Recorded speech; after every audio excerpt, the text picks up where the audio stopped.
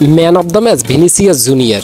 ভিনিকে নিয়ে এক লাইন বলে যান, গোল বা অ্যাসিস্ট ছাড়া যেসব player man of the match হওয়ার সামর্থ্য রাখে তারা প্রকৃত অর্থে সেরা প্রতিভার অধিকারী। আজকের ম্যাচে কি করেনি ভিনি? আমি তো শুধু তার খেলাই উপভোগ করেছিলাম। মনে হয়েছিল সুযোগ তৈরি করেছে, বারবার একাধিক শট করেছে, প্লে মেকিং করেছে, অর্থাৎ নিজের সবটুকু উজাড় করে দিয়েছে।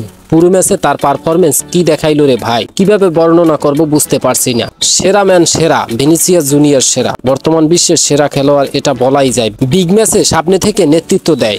এখন ভিনির সাথে তুলনা দিয়ে আপনি যাকে টেনে আনবেন খেয়াল করে দেখবেন বিগ ম্যাচে ভিনির কাছাকাছি পারফরমেন্স করতে পারেনি সে। ভিনিসিয়াসকে 7 নম্বর লিজেন্ডারি জার্সি দেওয়ার পর অনেকেই মনে করেছিল এত অল্প বয়সে মাদ্রিদের এই লিজেন্ডারি জার্সি ভার ও লেগেসি ভিনিসিয়াস বহন করতে পারবেন কি পারবেন, অথচ তাদের ধারণাকে ভুল প্রমাণ করে দিয়ে রিয়াল মাদ্রিদের হয়ে একের পর এক বিগ ম্যাচে ইন্ডিভিজুয়াল বিলিয়ন্স পারফরমেন্স দিয়ে যাচ্ছে ভিনিসিয়াস জুনিয়র। আজকের ম্যাচে 90 মিনিট খেলে 58 বার বল টাচ, 7টা সফল ড্রিবলিং, মোস্ট সবচাইতে বেশি যে ড্রিবলিং সেটা ভিনিসিয়াস করেছে।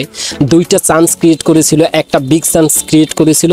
রিয়াল মাদ্রিদের 7 নম্বর লিজেন্ডারি জার্সি যোগ্য প্লেয়ারের কাছেই গেছে। এখন শুধু 7 নম্বর লেগের। সত্যি ভিনিসিয়াসের আজকে খেলাটা ছিল দারুণ। যারা খেলাটি দেখছেন তারাও তো দেখেছেন, আর যারা দেখেননি অবশ্যই ইউটিউবে গিয়ে এখনই হাইলাইটসটি দেখে আসুন। ভিনিসিয়াস একের পর এক কিভাবে অ্যাটাকগুলো করেছিল। ভিনিসিয়াসের বল পায়ে জাদু দেখিয়েছিল আজকে।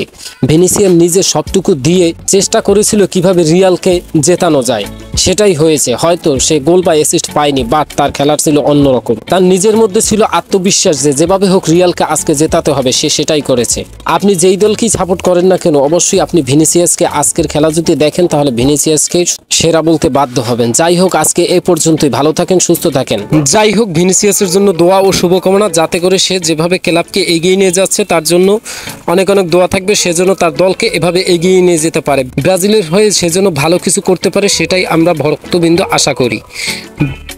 জাতীয় দলের হয়ে ভিনিসিয়াসের অনেক কিছু দেখানোর বাকি, হয়তো সে সামনে দেখাবে, এখনও দেখাতে পারেনি। অবশ্যই তার জন্য দোয়া ও শুভকামনা থাকবে, সে জাতীয় দলের জন্য ভালো কিছু করুক।